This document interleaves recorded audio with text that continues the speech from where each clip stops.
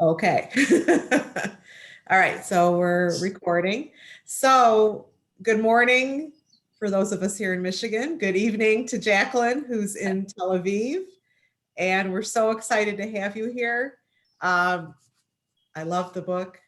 Oh, And it was great. It was a fast read. I couldn't believe it when I was done. I was like, what? But we welcome you. I'm Nancy Goldberg with the Beth Ahm Sisterhood, and we're thrilled to have you, Jaclyn, with us, and Shelley Schindler, who's going to be our moderator extraordinaire for this book club. We also have family members of Jaclyn. So let's see, we've got Mom. Where are you, Cheryl? Yay. And Nancy Adler. Hi, Nancy. She's on mute. yeah. And is that it? Am I missing anybody else from your family? I don't know if she came in, but Libby Newman's supposed to be there too. I talked to her 10 minutes ago, so I know she planned on joining. Okay, good. So, hi, Jackie. what I'm going to do is turn things over to Shelley and Jaclyn. Nancy, aren't there some events, sisterhood events coming up? Oh, thank you. Yes, real quick. The next sisterhood event we have coming up is on June 6th. This is our first in-person event in over a year. We're going to be doing a nature photography walking tour in Birmingham with a nature photographer. Her name's Lori Tennant. And we already have about 10 people signed up, which I'm thrilled. So check out the shul's emails and the website for more details on how to join us there. On July 8th, we are going to have a virtual tour of the Rivera mural at the DIA. This is during the day. I believe it's at 1:30 on July 8th. We have a sisterhood meeting coming up August 8th. We would love to have any and all participate in helping to create these programs and just to be involved. So with that, okay, so we are ready to begin. I'm going to spotlight. Okay, and I'm kind of new to hosting, so bear with me. I'm going to spotlight Shelley, and I'm going to spotlight Jaclyn. Oh, cool. Okay. All right. So the first question, first I want to, full disclosure, like Jaclyn says, I have been grandfathered in because I've known Jaclyn since before she was born. Cheryl and I go back my whole life. I don't remember not knowing Cheryl. And so if I mess up and call her Jackie, don't get excited. You have to be grandfathered in. I give you my full permission. Oh, thank you, Jackie. So the first question I have to ask you is how life has been lately in the last couple of weeks in Israel. What has your life been like in Israel the last few weeks? Wow, it's very surreal. Yeah, I think you hear about it. You know, I heard about it growing up in America, the rockets and the Gulf War, and running for your life from a rocket is like for one of them, I was on the beach and there had been a lull.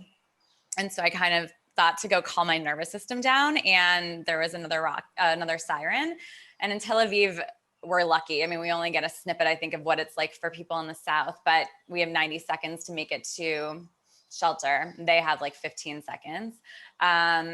And so you kind of just look around, and half the people ran and half the people stayed, I guess, to like put the ones who stayed were going to put like their hands over their heads. And yeah, but it's such a crazy thing to run for your life. And I live in a like 5-story high rise.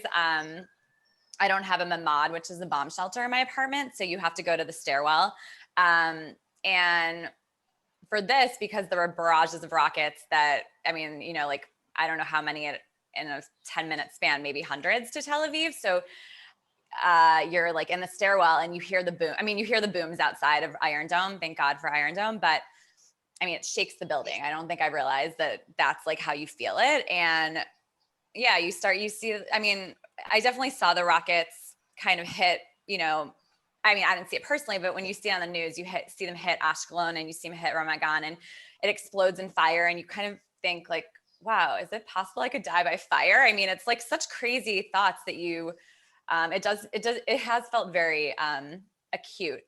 And then in Jaffa, there's the violence, like the Arab Jewish violence, which is obviously, it's close to Tel Aviv. It's scary. It's interesting though, because I had more non-Jews ask me like, wow, are you thinking about going back to the US? And no, not once did I think about going back to the US. And even more, I feel like this is my home, and I feel so like just even more how much we need Israel. Of course, I mean, I live here knowing that, but it's funny. I would never have thought to ask you about coming back to the right. US. I don't it think never occurred to me. Did it? Yeah. But I don't here's think the thing. to Jews, but to non-Jews. So on the news, we get news the way we get news here in the US and even all over the world. So we're never really sure what's going on in Israel, because everything is skewed. It's so wonderful to have somebody who can explain it in a way that we know we can depend on.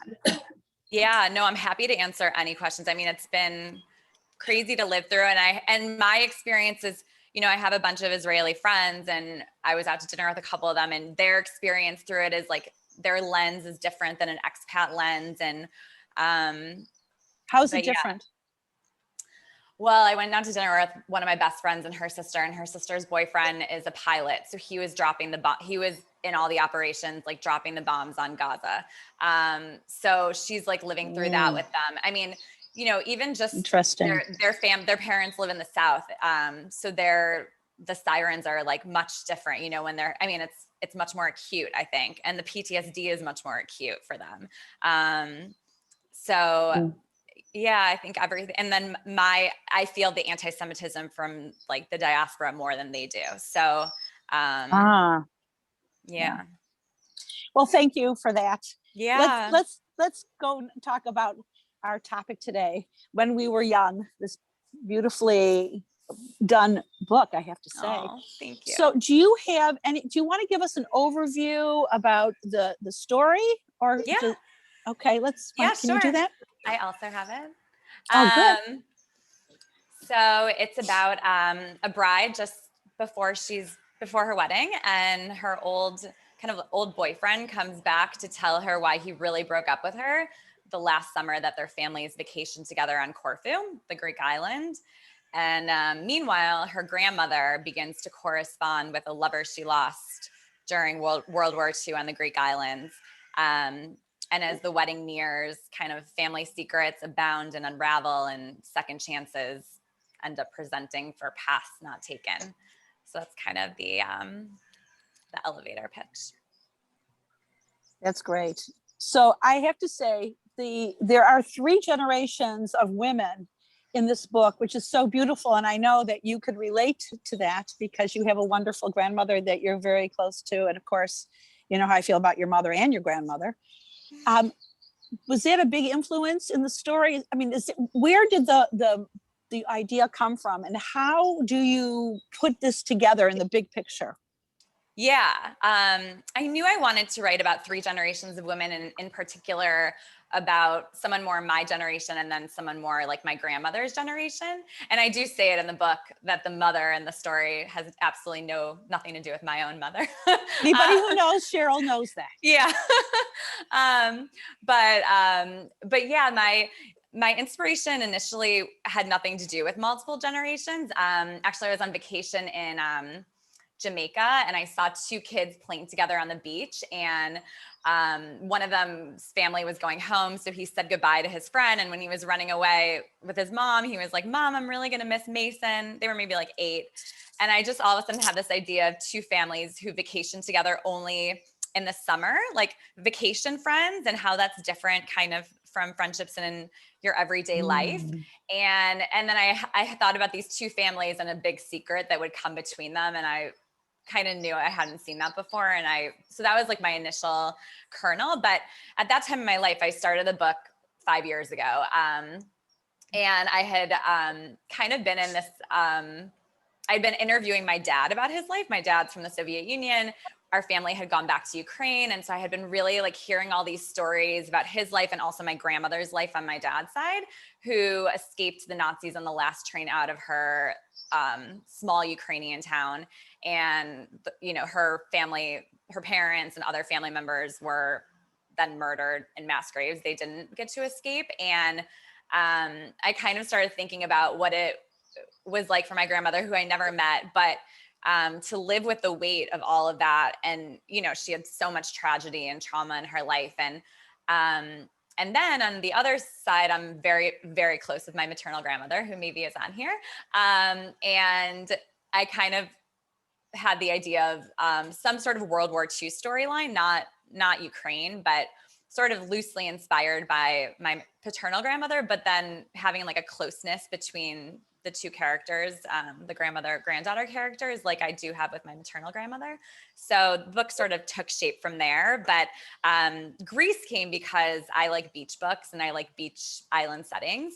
I live right on the beach now, but as I started to research kind of places, and I knew I didn't want to do the typical Germany, Poland, that kind of story. And also I'm like very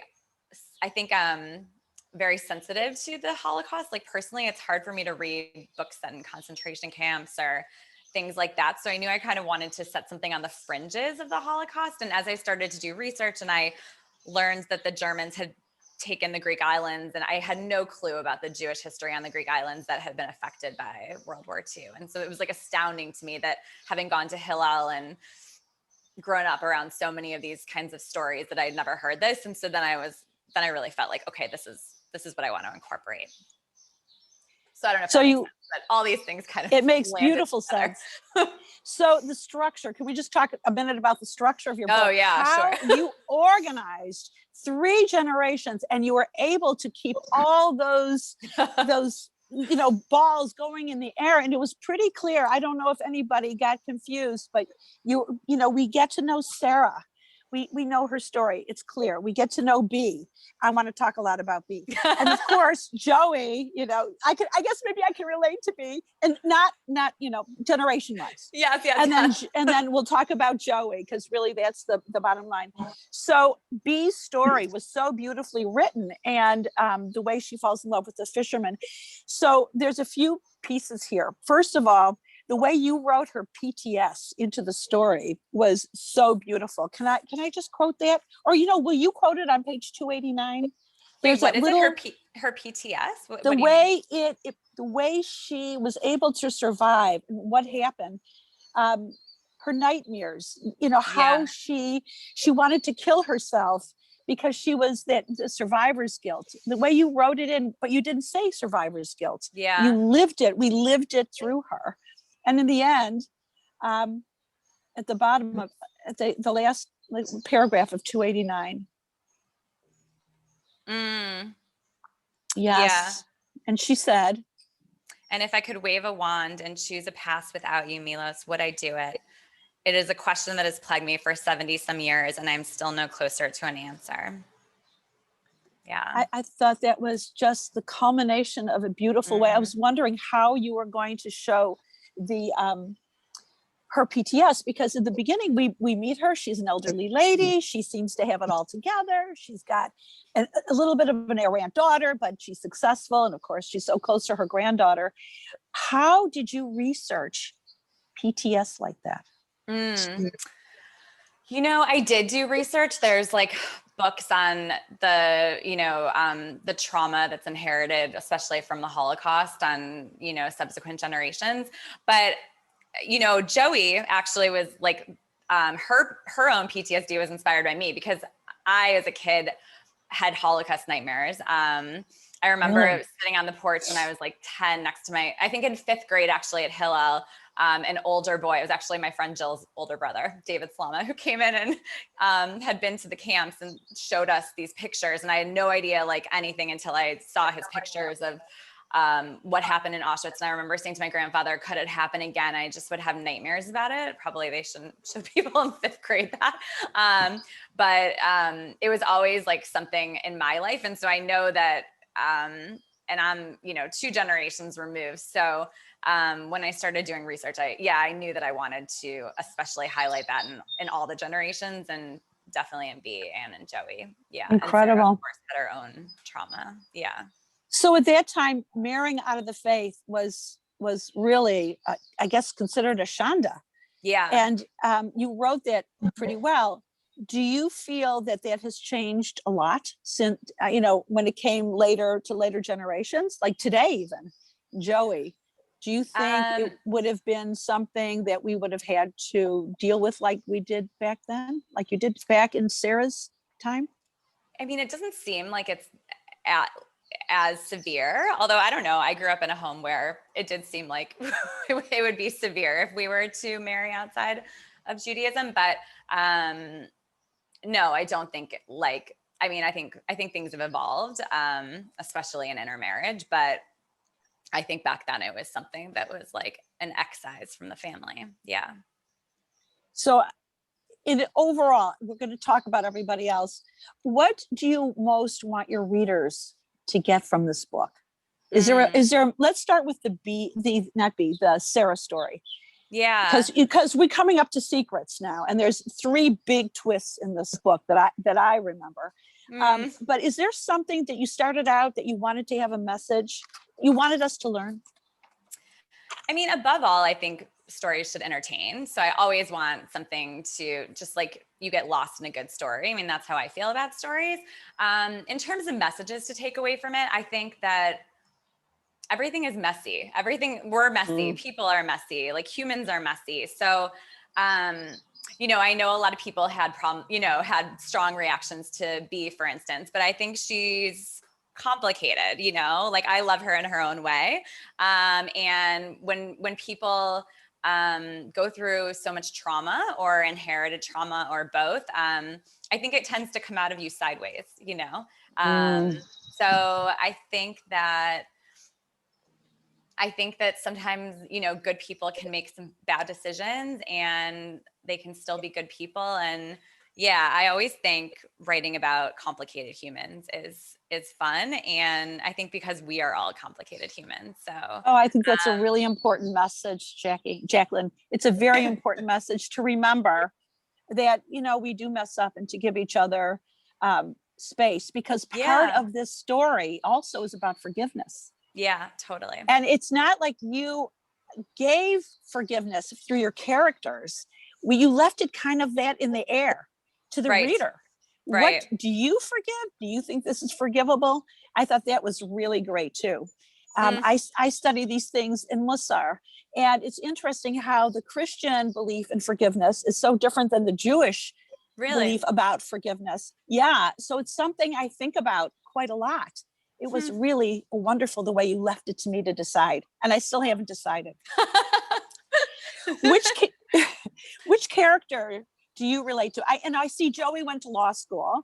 Yes. And Joey then followed her bliss. As Joseph Campbell would say, she followed her bliss. So, but I don't want to assume that that's kind of you-ish. So who do you relate to the most, and why? Yes. I mean, I guess if you're looking at Joey, and people do say that your first book, your main character is most like you, maybe. So maybe that's true. Although Joey is very different for me, and the circumstances of her life are different for me. But I think that, I think I relate to all the characters, and like I think there's little pieces of me in everyone. I think that all of it's you can't write something that you haven't observed in the world. So I think that me somehow slips into everyone. But definitely Sarah was one of my favorite characters to write. Really? It was surprising to me how her voice just came to me, because originally I had actually conceived of her chapters as letters, only letters between her and Milos, and the historical aspect kind of developed later when my publisher really asked me to make it like much more concrete historical chapters, and it surprised me how easily her voice came to me. So yeah, I have a soft spot for her. So in that same vein, did you have a hard time writing the men? you know, the men, there were not a lot of strong men, but obviously Leo, you had to really kind of develop him.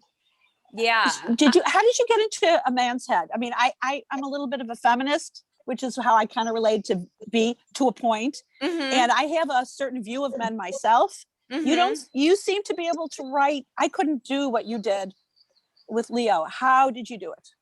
Thank you. That's so sweet, because I actually think that is one of my, I think it's the harder aspect for me. And I'm actually working on a new book right now where I might have one male point of view. So which would be a real stretch for me, but I kind of like that challenge also. I mean, I think it's just like knowing men, and I think it's with anything. I feel like when I write, it's not really me. It's kind of like the words coming through me. Like it's very meditative for me, and very much like the story tells me what it wants to be versus me pushing the story. So in that way, it's, I don't know, almost like a spiritual like exercise a little bit. So I think the men just came through me how the women did too. Like once I understood who this character was, then I heard him speaking and telling his story more than me pushing it.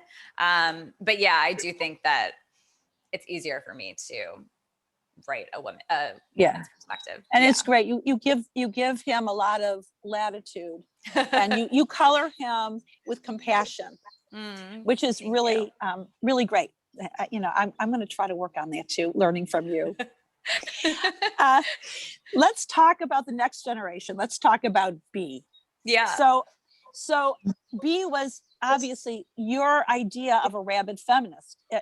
Is that, can I say that? Yeah, is that true? Definitely. She came to me like that for sure. Yeah. So I consider her kind of deep and almost a caricature in terms of her feminism. I mean, painting women's vaginas and giving it as gifts. I mean, and I have to tell you, as a woman of that era, I think the idea of feminism came because women were pissed. They could be teachers or nurses or secretaries, right, guys, or dental hygienists. And that was why, and they were getting 70 cents, 60 cents for a man's dollar. And to me, from where I'm coming from, my generation, there was a purpose to this. And it wasn't so much, painting funny pictures. What do you think, how do you think your age influenced the way you wrote B? That's interesting. How did my age influence it? Yeah, I mean, I didn't grow up in that generation. So for me, it was more obvious, my opportunities for sure. But she always came to me as a very strong character before even the feminism. It was just like, I knew that she was this ball buster that her mom wasn't, her daughter wasn't. And I think that making her so different from her mom and differentiating herself in every way, like, was important to her. And I don't know how my age influenced. I'm sure it just colors everything, because I always write from my own perspective. So, because from my own perspective, I mean, can anybody speak up that remembers burning underwear back in the 70s? Wearing, earth shoes and flannel shirts and being called ugly, even because we wanted to be sure that, we could break some glass ceilings. Anybody want to have any comment about that? Oh, Sharon, thank you. Speak up, girl.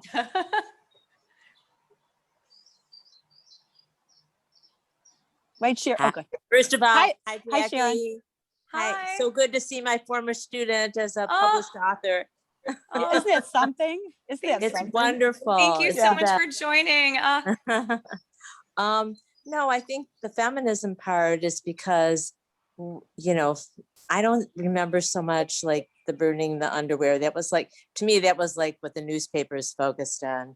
To me, it was about reproductive rights and a woman's right to choose and opportunities in the workplace. Whereas, I was a teacher. My sister, a couple years younger, is a lawyer, and my brother, a couple years younger, went into medicine. I just think that, all those opportunities started to open up. And I think for your generation to visit that is extremely important because you're standing on the shoulders of that, all of that. So congratulations for that portrayal. Thank you. And I'm gonna mute myself again. It's so nice to So- see you. Thank you. It's Yeah. lovely to see you. And Sharon, you're also allowed to call her Jackie. Yeah, Yes, I your did call her grandfather. Jackie. I did call, Grandfather did. right. It's just like, she can call me Mrs. Schwartz if she wants to, although nobody, Exactly. I I prefer call you Sharon. Mrs. Schwartz until recently. Are you kidding me? You're I a definitely parent. still call you Mrs. Schwartz. Yeah. Thanks. Anyway, I'll mute myself. So to me, Bede not only was this fringe caricature, but she seemed a bit selfish and a bit nihilistic. She wasn't, do you equate a ball buster to somebody who's being so self-centered that she was willing to really break up her family because she wants to have this love affair with a man she's probably in love with? So that's another thing. I think she was in love with Rand, but she married Scott because he was safer. Yeah. And I Yeah. think Joey was going to marry Grant because he was safer, but she was really in love with Leo. Yeah. So where is that coming from? I think B comes more off more as a nihilist than a ball buster. I mean, I know. Oh, please, Frida, speak up. Everybody unmute, speak. Okay, first of all, if B were a man, nobody would be surprised. So Yeah. that's what an old-fashioned, sorry, way of thinking. It's just Well, that. I didn't say Rand was doing the right thing. No. Rand was just as culpable. See, but it's not that those guys were the safer ones. They were the ones that fulfilled their parents' wishes because they were the Jewish ones, and the other ones were not Jewish. But I wanted to compliment Jaclyn about how she portrayed the men actually more ideal. They were comforting, they were supportive, they listened. It was just like an idealization of how we wish men would be. That's why you feel compassionate toward them and why you like them. And they also appreciated all the unique things in Joey, which is also, a wonderful thing. The non-Jewish guys, both for the grandmother and for her, were tiebacks to youthful idealization of like your first boyfriend or your first, encounter with love.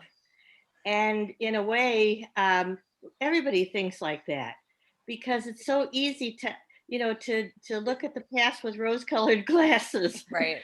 So, but one of the things that I thought was wonderful was when you were going back and forth over time, because that's actually how people think, when you're thinking about what's going on now, the past will jump into your brain. And me being a child of Holocaust survivors, I could really relate. I thought you did really a great job, better than some other books, of connecting to the Holocaust. And I wondered, because some of those things were exactly what happened to my family and my parents. And I wondered how, I guess you researched it, but even about the Sam being good-hearted and saying, I was born in a displaced persons camp. And what happened is the man who had worked in my mother's house saw her in the displaced, back in Tarnow, Poland, and exactly that.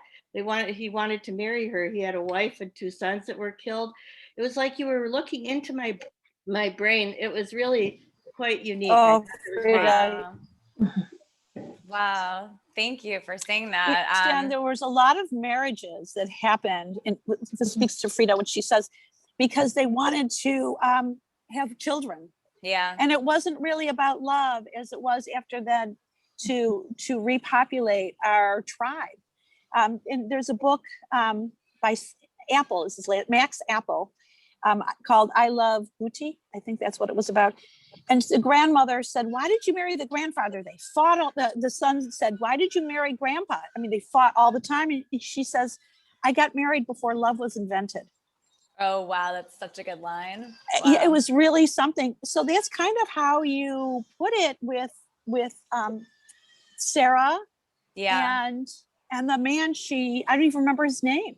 Sam. Yeah, Sam. Sam, that's right. Yeah. Yeah. I mean, that's exactly what I wanted. It's almost like, and I think I love, I didn't see who was just speaking just now, but I love what she said about how we idealize early love. And I wanted that to be with Sarah and that to be kind of the outcome with Sarah and Mila. So you never really know what it would have been like for them now. I mean, would it have been the same? Would it have been different? Did she never allow herself to love Sam? Like, yeah, I definitely wanted all that to be kind of left unfinished. Also because I think so many times things are unfinished. So yeah. I thought she loved Sam. What did you, I felt she loved Sam. You know, there's all different flavors of love. Did you guys think that too, or? But she thought he was a good man, and he was a good man. But they were all broken people. Like we all are, would you say? Yeah. We all have our pieces. So let's talk about the surprises and the interesting twists, because it starts with B. We find out first about B's affair. And that was really interesting twist. Where did that come from? You can see when we found out in retrospect, yeah, I was thinking, yeah, you laid, you foreshadowed it. You laid out some breadcrumbs to follow it. That was a really interesting twist. I mean, that's what makes it a really, what happens next kind of story. Where'd you come up with that? Thank you. Well, yeah. So for me, I love books with twists. So I think that's really how I like to write. And that was the first thing I thought about for this book. That was really my first. I knew that they were having an affair from the beginning. Like that was to me the secret. And it was so ripe with just sending the players sprawling across the chessboard kind of thing, because I knew how it was going to affect Joey's life. And so, yeah, that was always my impetus. But I also at a certain point thought, God, is this like really kind of outlandish? Like, could this ever happen? And it's funny because I was talking to a friend and I was telling her the initial, like what the big secret was, the first big secret. And her mouth dropped open and she was like, oh my God, like you'll never believe it. But my dad was having an affair and he brought we vacationed with them. Like it was like the affair was happening on our vacation to Disney World. And I was like, wow. So I guess that was great. Stranger than fiction. Yeah, no kidding. That was really great. And then Lily, Joey finding out who Lily's father was, that had to be life-changing too. All right. And then the other twist, there's two more, of course, the letters that got intercepted. Oh, how brilliant that was. Because I know for me, I was very ready to accuse B. That was definitely something B would do. How did you figure out that twist? I mean, where did that come from? Do you know any men that would be sensitive enough to do that? Well, in thinking about like how no one's perfect, up until what you learn about Scott, he's pretty perfect, right? And I knew I wanted to give him some culpability and things too. And I do think love can make you do crazy things. And so he was really in love, and it wasn't like as much a malicious thing as a just, oh, in the moment, let me do this thing and then kind of regretting it. And then you live with it and what guilt does to you. And yeah, I thought it would be interesting if he had known about the affair and about Lily. I thought that would happen. And the question was, how was he going to live with it? And you chose for him to live with it as if. Yeah, because I think also sometimes people don't want to disturb their status quo that is actually he didn't want to get divorced, even while his wife was having an affair. It sounds a little bit crazy, but I think you can see that how happens that could happen. too. Yeah. And also living with the fact that his daughter wasn't his biological daughter, that was pretty gallant. And yet it was very wise, because what's the difference? Who fathered her? Right. That's biological.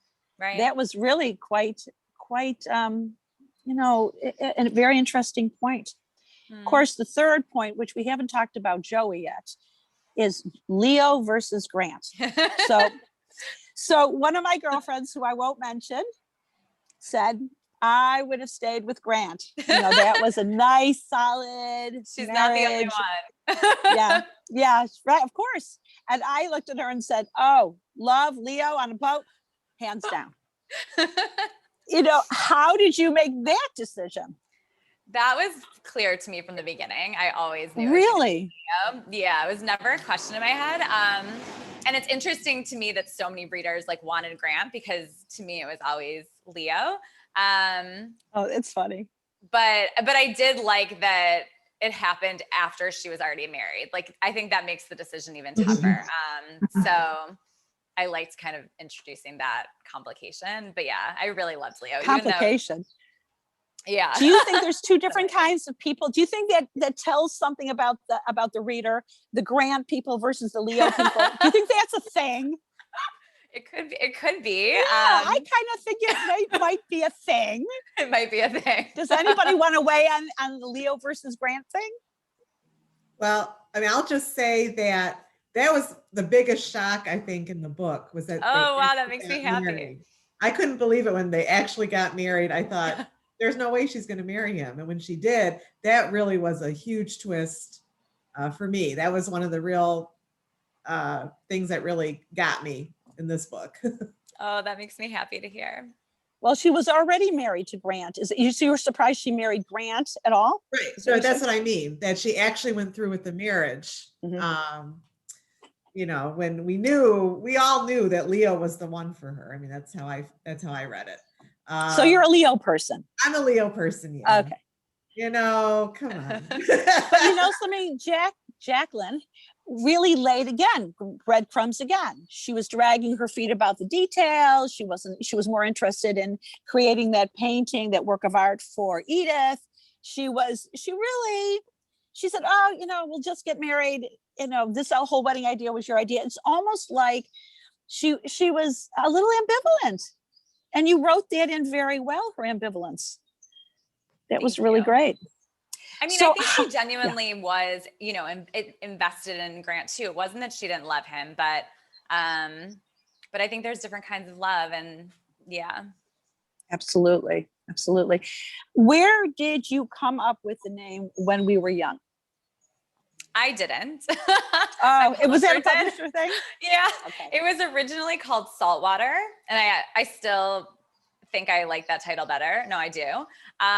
It was a little bit more, Saltwater to me is a little bit more, I don't know, open to different interpretations. And I like the idea of tears with water, and but they really liked this, and longer titles sell books, and they wanted to really emphasize the historical aspect, which like originally wasn't as much of an emphasis for me, because I really like writing contemporary fiction, maybe even more than historical. So yeah, that was them. So the reason, When We Were Young was supposed to infer that it's a historical fiction? I think that there's some sort of nostalgia with it that kind of harks back to the past, and Saltwater is a little bit more, has like a contemporary kind of flavor to it. There is a kind of an obsession, not an obsession, but a big interest in youth. In the book, Sarah really in the end finds out that Milos died, but she wants to know about her youth. B kind of never grows up, Right. And of course, Joey is still young, but she doesn't really want to be, she's very careful about what she's called. You don't mention Gen X, but there's millennials, and what else? What was the other? Oh, group? Lily's Gen Z, right. Gen Z, whatever. What is it about youth that you think is important or part of this book, or is there something that you're, maybe because you're considered, well, by us, young? Thank but you. yeah.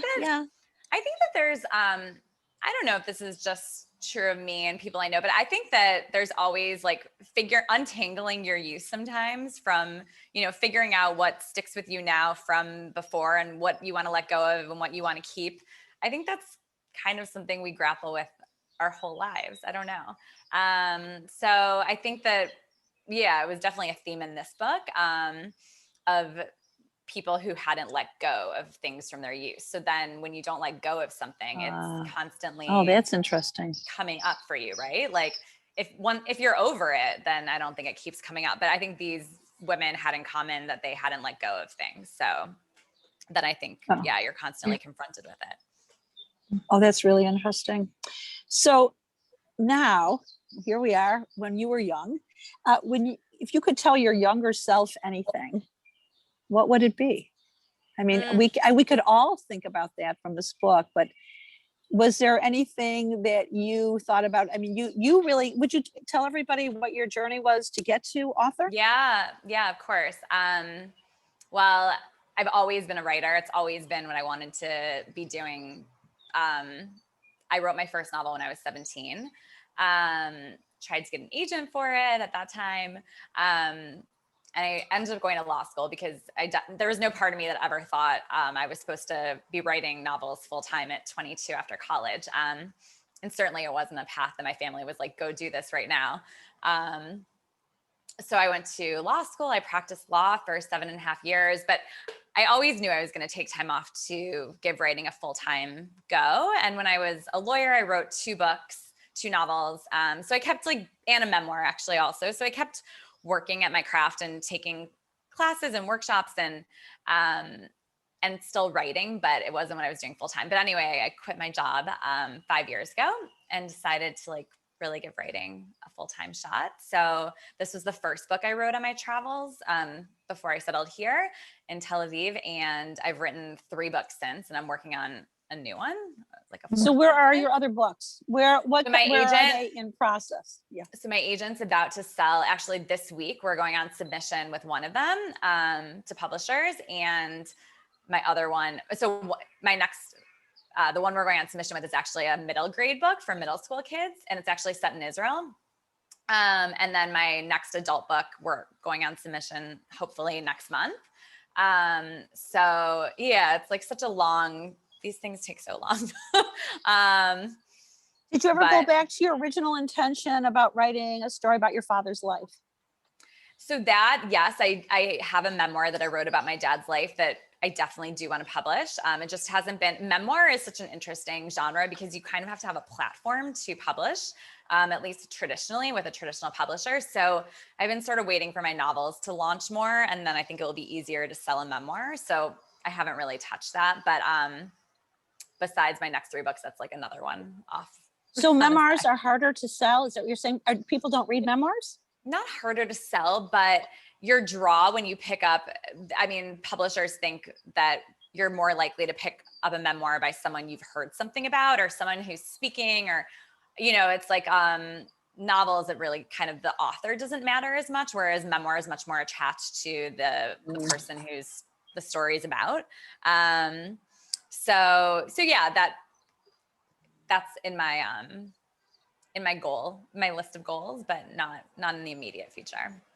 It's interesting. Many, many years ago, before I really became a reader, a big reader, not a writer, I read a memoir that I decided I would never read it. I remember thinking, nobody's life is that interesting after reading it. And I'm not going to mention the title, but it turns out that's not true. That there are some interesting memoirs, and I'm looking forward to reading yours. Oh, thanks, Shelley. Nancy, did you want to open up the platform to see if anybody has any questions? Absolutely. How about if we can take you guys off Spotlight, and then we'll be in the gallery view, and let's try that. Okay, gallery, and okay. Now we can see everybody. Anybody have questions?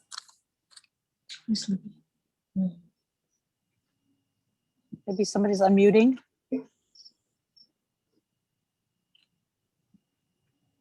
Because I still have more if nobody wants to speak. Well, go ahead, Shelley. All right. So I wanted to know, you had to be a big reader in order to be a writer, correct? Yes, totally. Who are your favorite authors and who influenced you? I mean, this is really an interesting book. The 3 generations, the historical fiction, the past and present, there's different kinds of time. You have to understand there's linear time, punctiliar time, recursive time. You figured out how to manage time. You must have gotten this somewhere. The time, I don't know. I'm sure I've learned from every book I read, and you assimilate things from every book, and I am a really big reader. One of my favorite authors of all time is Pat Conroy. He wrote Beach Music, which is like my favorite all-time book. And he plays a lot with time and place. I really like writing about place. He writes a lot about the American South, but also, goes to Italy and then the Vietnam War. And so he's shifting a lot. I think it's interesting to shift timelines and perspectives. So I think a lot of books I read do that. In terms of my favorite kind of more contemporary authors, I really like Taylor Jenkins Reid. I really like Leanne Moriarty. I'm right now kind of more into mysteries, really, which is what I think I'm going to write next. Ooh. Yeah. So I love Agatha Christie, but I also love Anthony Horowitz, whose books I've been voraciously reading, and Lucy Foley is really great. I've never heard of Anthony Horowitz. Oh my God, he's amazing. Shelley, I wanted to say something. Yeah, good. Do you see me? Okay. Anthony Horowitz, by the way, I'm just finished reading Moonflower. Isn't it amazing? Absolutely fantastic. Highly recommend, everybody. Highly recommend. Thank you. Highly recommend. Yeah. Anthony Horowitz. Thanks, Sharon. Okay. I just wanted to say something on what you said about memoirs, which I thought was really interesting. I read a lot of memoirs. I facilitate book clubs. So that's one of the things, that's one of my favorite genres. I think that if you can write a memoir, you said about your dad and about, the influence and all that, it will be so meaningful, because I find that memoirs, and just like you said, that people go to memoirs from authors that they really love or that they want to know better. And there's just some fantastic memoirs. I mean, they're just wonderful. I'm really looking forward to that from you. Thank you, Mrs. Schwartz. Thank you. That means so much. It's Sharon is okay. Okay, fine. It takes us a while. It takes a little while. It's hard to break it. Yeah, I notice. Someone's Do got to. you think someone could be a writer that's not a very emotionally connected person? Do you think being an emotional person or being emotionally connected is a prereq to be a writer?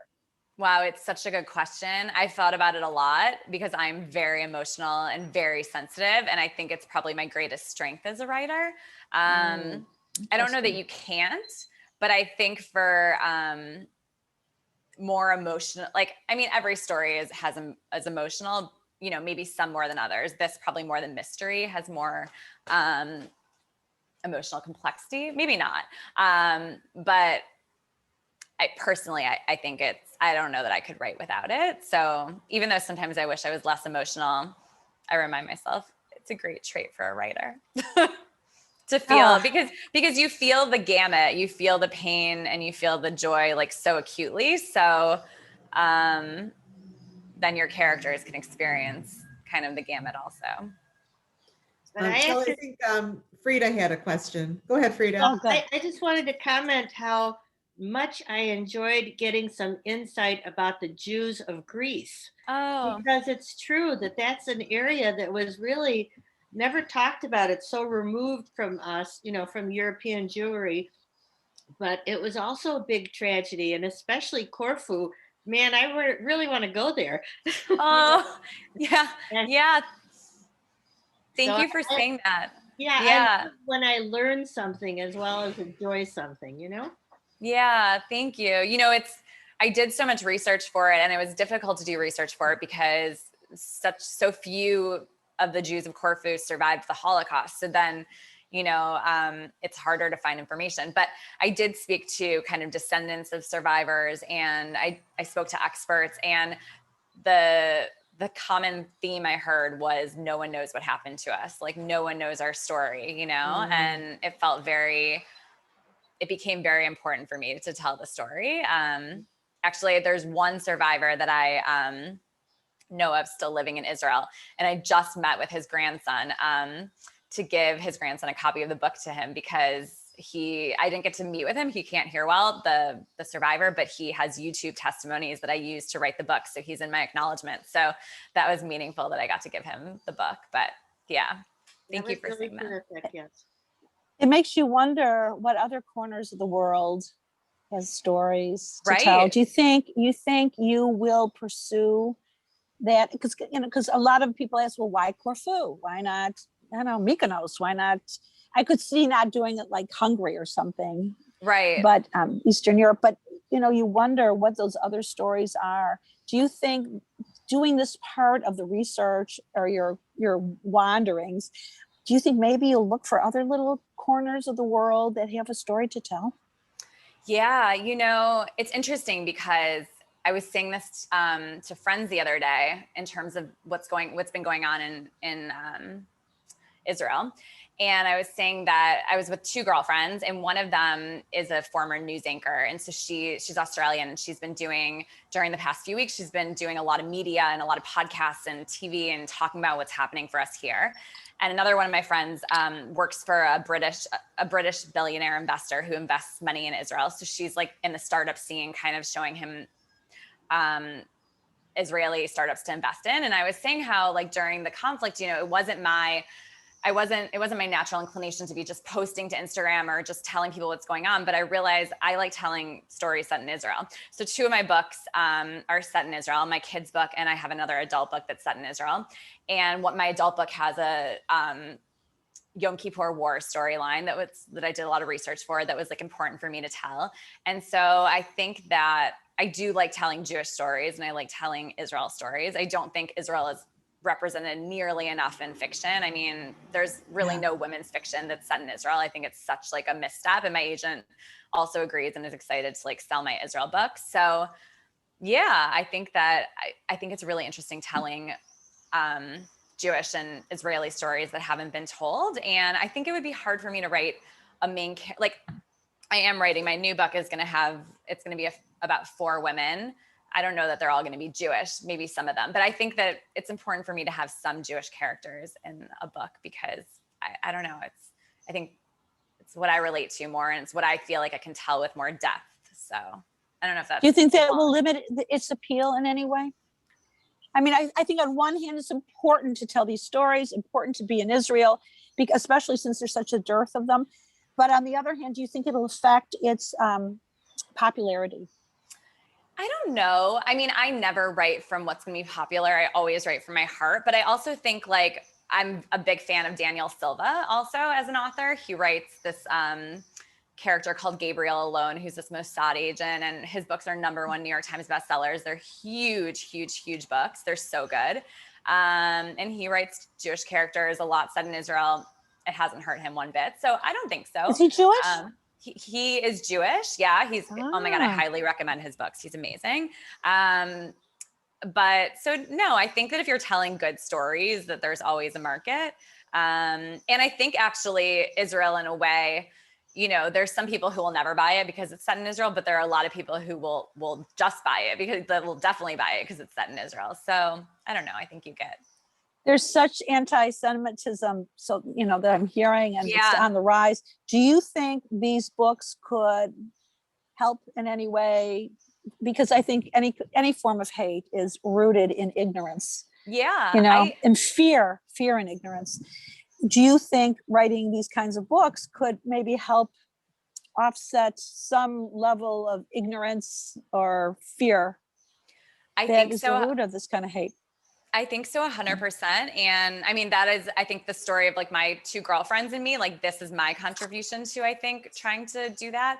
And actually, my kids' book, my middle school book, is about a friendship between 3 kids. It's an American Christian, Arab Israeli boy, and a Jewish Israeli girl. And the 3 of them romp around Israel to solve a mystery, which is the Dead Sea Scrolls disappear and they solve it. Ooh. And yeah, and to write an Arab Israeli character, I was put in touch with this girl who's Arab Israeli. She's amazing.